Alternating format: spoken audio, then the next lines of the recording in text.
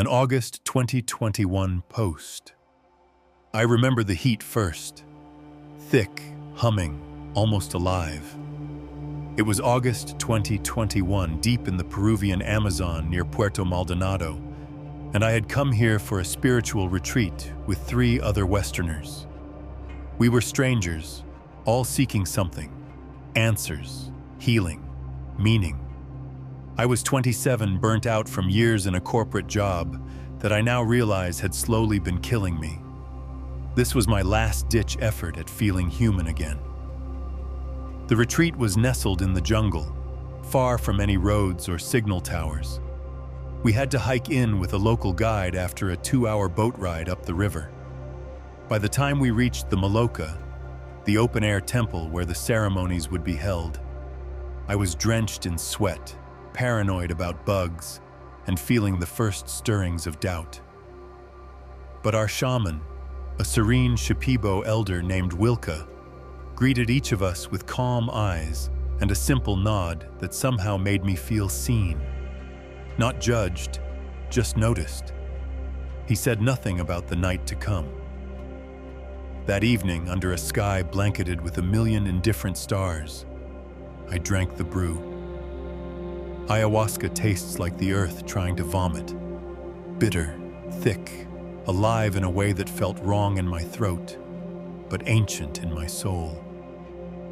It wasn't long before I felt my insides lurch, and I staggered to the edge of the Maloca to purge.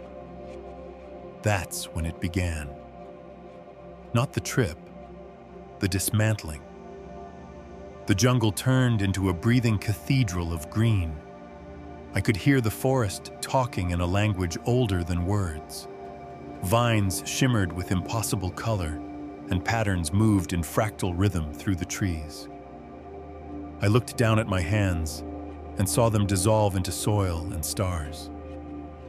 Everything that made me me, my job, my name, my relationships, my childhood trauma, it peeled away like old paint.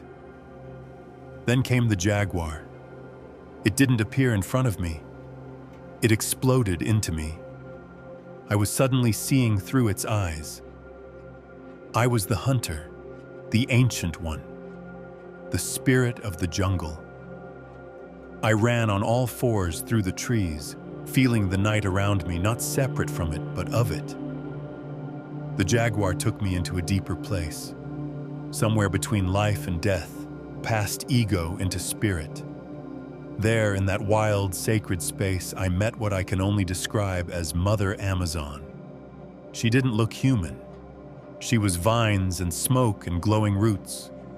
Her voice came in waves, not syllables, and yet I understood every word. She showed me my life as a burning wheel.